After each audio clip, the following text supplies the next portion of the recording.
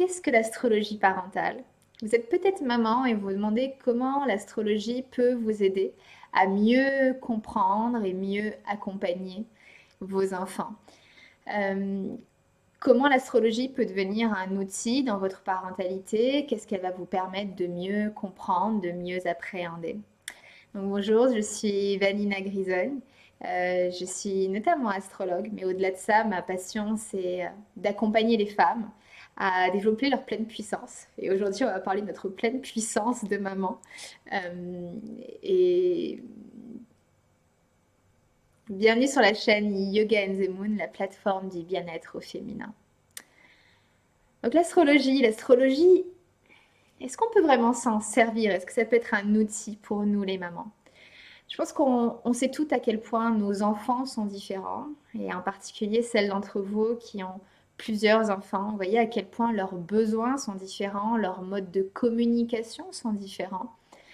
Et l'astrologie, c'est un outil très efficace pour comprendre ce dont nos enfants ont besoin. Et je trouve que c'est toujours à manipuler avec beaucoup, beaucoup de prudence, l'astrologie en général, mais l'astrologie parentale en particulier, parce qu'on ne veut pas se servir de l'astrologie pour essayer d'orienter la vie de nos enfants, comme si on prédéterminait un petit peu leur avenir. Donc moi, quand je reçois des mamans en consultation d'astrologie parentale, c'est toujours quelque chose qu'on dit et que je précise en début de séance. C'est qu'on va chercher deux choses, à mieux comprendre l'enfant. Quels sont ses besoins affectifs, ses besoins de sécurité, euh, et quels sont ses besoins en termes de communication. Euh, et la deuxième chose que l'astrologie va nous apporter, c'est des éléments sur comment mieux les accompagner, euh, et tout au long de leur vie. Donc les deux éléments que moi j'aime regarder dans la carte du ciel d'un enfant, c'est la Lune et Mercure. Vous allez dire quoi? Pas le Soleil, pas l'ascendant. On peut regarder le Soleil et l'ascendant, mais ça nous donne plus des indications sur la personnalité. L'ascendant, ça va être vraiment la personnalité extérieure de vos enfants. Le Soleil, on va commencer à rentrer un peu dans le chemin de vie, le potentiel. Euh, alors que quand on s'intéresse à la Lune, elle nous permet de comprendre ce dont nos enfants ont besoin pour être nourris émotionnellement. Et donc c'est extrêmement important de bien connaître et comprendre la Lune de ses enfants, en particulier les 6 premières années de la vie. Les 6 premières années de notre vie, c'est la Lune dans notre carte du ciel qui est la plus prédominante. Donc c'est comment on nourrit notre enfant. Et si vous pensez aux enfants à ces âges-là, et en particulier les toutes premières années, l'enjeu principal, c'est la survie. C'est la nourriture physique. Mais c'est aussi la nourriture émotionnelle, la stabilité émotionnelle. Donc comprendre la lune de nos enfants, c'est savoir comment on va les nourrir, comment on va les nourrir par notre présence, par notre accompagnement, comment on va leur amener cette stabilité émotionnelle dont ils ont tant besoin. Parce que c'est vraiment leur construction. On sait que leur sécurité émotionnelle se construit dans ces premières années. Et, et nos enfants, ils vont pas avoir besoin des mêmes choses. Et encore une fois, celles qui sont mamans de plusieurs enfants, vous le voyez bien. Si vous avez un enfant qui a du scorpion, et particulièrement une lune en scorpion, il n'a pas besoin que vous lui expliquiez les choses. Il n'a pas besoin de mots quand il fait des crises de colère. Lui, ce qu'il a besoin, c'est que vous le mettiez sur vous. Un- une lune en scorpion, elle a besoin de contact physique, elle a besoin d'intimité. Il va se réguler juste à votre contact. Euh, D'autres enfants qui ont des lunes, par exemple en gémeaux, si je prends cet exemple-là, lui, les mots vont lui faire du bien. On va pouvoir l'accompagner au travers les mots. On va pouvoir l'accompagner en le faisant rire, par la légèreté. Euh, donc comprendre la lune de son enfant, c'est comprendre ce dont il a besoin, à la fois dans ces moments de crise, parce que je prenais cet exemple-là, mais au quotidien. Est-ce qu'un enfant a besoin de structure? Est-ce qu'il a besoin qu'on lui dise non? Ah, ils ont tous besoin qu'on leur dise non, mais il y a certains enfants qui ont vraiment besoin de cette structure, de ces limites. Si vous avez un enfant avec une lune en Capricorne, il a besoin de ces structures. Une lune en Capricorne, il a aussi besoin qu'on lui rappelle que c'est un enfant. Parce que si vous avez un enfant avec une lune en Capricorne, c'est des petits adultes, très vite. Euh, donc comprendre la lune, et là je prends juste quelques exemples, je ne vais pas faire tous les signes, j'aurai pas l'espace dans cette vidéo, peut-être une prochaine vidéo si vous me demandez en dessous. C'est vraiment comprendre comment nourrir nos enfants au quotidien. Donc ça, c'est extrêmement, extrêmement important. La lune, elle va continuer à jouer un rôle important tout au long de notre vie. C'est notre enfant intérieur, c'est la clé de notre bien-être. Même adulte, ça nous dit exactement ce dont on a besoin. Donc vous allez regarder le signe de la lune et si vous êtes plus à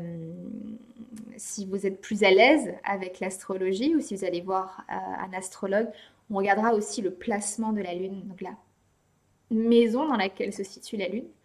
Dans la carte du ciel de l'enfant, vont nous donner aussi de grandes indications sur ce dont il a besoin. Euh, J'ai un dernier exemple qui me vient en tête. Si vous avez un enfant avec une lune en lion, il a besoin d'être vu. Il a besoin de validation. Il a besoin que oh, maman regarde, oh, maman regarde. Il a besoin d'être au centre de l'attention. Et c'est pas quelque chose à lui enlever parce qu'il en a vraiment besoin. Donc voilà, dernière clé. Parce que je suis lune en lion, j'avais besoin de le rajouter. Donc on regarde la lune, c'est extrêmement important. La deuxième chose que je regarde en priorité dans la carte du ciel d'un enfant, c'est Mercure. Pourquoi Mercure? Parce que Mercure, c'est la manière dont on communique. Donc ça, c'est très important. Mais aussi la manière dont on va apprendre. Donc ça va couvrir à la fois les besoins de communication de l'enfant, et ça dès le plus jeune âge, et aussi les conditions dans lesquelles on va favoriser son apprentissage. On sait que là aussi nos enfants sont différents, qu'ils n'apprennent pas de la même façon. Mercure, il va être prédominant dans la vie d'un enfant de 7 à 14 ans. C'est là où, parce que c'est les périodes des plus grands apprentissages hein, dans notre vie de petit humain. Donc bien comprendre Mercure va nous aider à savoir dans quel environnement nos enfants vont apprendre avec la plus grande facilité.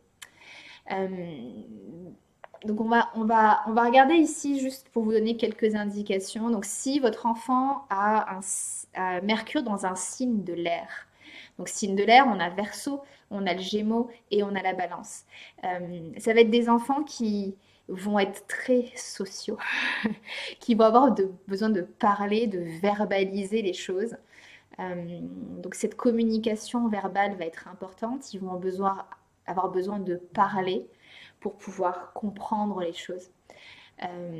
C'est des enfants qui vont être très curieux d'apprendre. Et en fonction du signe, là je vous donne le signe de l'air, c'est des enfants qui auront besoin soit de détails, soit de grands concepts.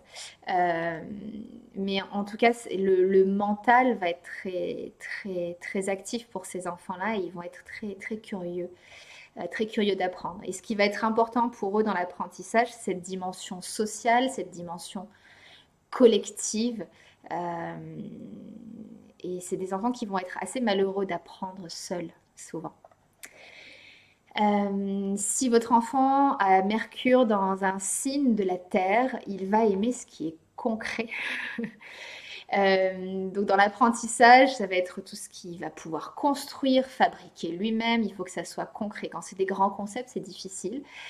Donc tous les classes nature, les travaux pratiques, les travaux manuels, avoir les mains dedans, ça va être une excellente façon d'apprendre pour ces signes de terre. Dans leur communication, bah oui, ils sont très terre à terre. Ok, concrètement, qu'est-ce que ça veut dire? Euh, et ils vont communiquer beaucoup par les gestes, par les attentions, plus que par leurs mots. Dans un signe de feu, on a des enfants un peu passionnés, créatifs, et vous pouvez le ressentir, peut-être des joutes verbales assez tôt. Et ils vont avoir besoin d'être dans un environnement scolaire qui va leur permettre d'exprimer cette créativité. Et pour pouvoir apprendre, ils vont avoir besoin d'être passionnés par ce qu'ils font. Donc c'est comment les nourrir autour de ce qui les passionne et leur permettre d'être très créatifs dans leur apprentissage. Euh, et enfin, on a fait on a fait le feu, l'air et la terre, il nous reste l'eau. Ah, l'eau. L'eau, c'est de nos enfants euh, qui ont besoin qu'on les accompagne à parler de leurs émotions. Euh, et en particulier s'il y a beaucoup d'eau dans leur carte du ciel, parce que là je vous donne des éléments, mais il faut vraiment tout regarder en même temps. Euh, mais ils vont avoir besoin de parler de ce qu'ils ressentent.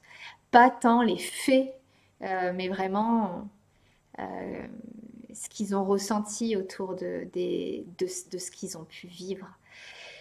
Et, et du coup, c'est le type d'enfant, pour certains, surtout ce qu'on voit souvent chez les enfants qui ont des mercure en cancer, par exemple, qui vont avoir besoin d'être dans des espaces où ils se sentent en sécurité affective pour pouvoir apprendre. Euh, et pour certains, on voit qu'ils sont mieux en scolarité à la maison, par exemple, ou des scolarités où ils sont en petits groupes, où ils sentent qu'ils ont une connexion affective et émotionnelle avec la personne qui les accompagne, avec la maître ou la maîtresse. Euh, mais ils vont avoir besoin de cet environnement autour d'eux pour pouvoir apprendre. Donc voilà quelques clés. Encore une fois, il faut regarder toutes les cartes du ciel pour bien comprendre. Mais vous voyez un petit peu comment ça fonctionne. Euh, en parlant émotion et signe de l'eau, je reviens un instant sur les enfants qui ont beaucoup d'air.